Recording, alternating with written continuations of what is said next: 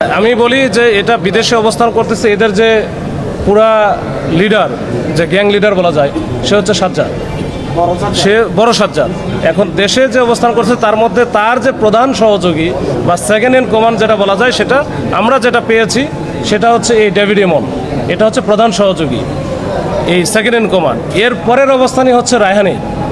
তো রায়হান আমাদের সার্ভেলেন্সে ছিল, এখনও পর্যন্ত আছে, দেশেই আছে।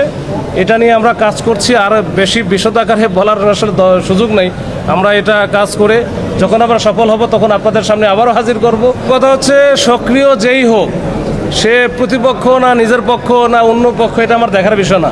দেখার বিষয় হচ্ছে সে অপরাধী বা সন্ত্রাসী বা চাঁদাবাজি, এদের বিরুদ্ধে অভিযান চলবে। সে ওই আমরা কার মধ্যে কার গ্রুপিং আছে, কে কার প্রতিদ্বন্দ্বী, এটা আমার দেখার দরকার না। আমার দরকার একটাই, সেটা হচ্ছে অপরাধী বা সন্ত্রাসী, এটা আমরা দেখব। আমরা টিম, আমি এখানে এসেছি প্রায় 3 মাস হলো।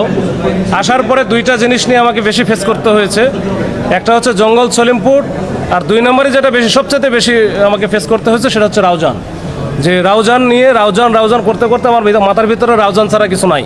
তো তখন থেকে কিন্তু আমার একটা ছিল, যে প্ল্যান ছিল। তখন আমার প্রথম সাক্ষাতেও আপনাদের বলেছিলাম যে রাউজান কেন্দ্রিক আমার একটা প্ল্যান আছে, এবং সেই প্ল্যান অনুযায়ী আমরা কাজ করে যাচ্ছি এবং ভবিষ্যতেও কাজ করব। এক ভাই বলেছেন যে 2024 সালের 5 আগস্টের পট পরিবর্তনের পরে এই যে যারা খুব আলোচিত শীর্ষ সন্ত্রাসী বা খুব যাদের নিয়ে কথাবার্তা হয়, তাদের উত্থান ঘটেছে।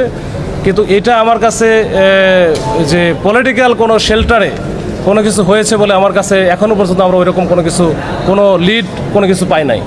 এবং তারা হয়তো একটা সুযোগ নিয়েছে, এই যে মাঝখানে যে ভ্যাকুয়াম ছিল, এই ভ্যাকুয়ামের একটা সুযোগ নিয়েছে, এটা হতে পারে। এই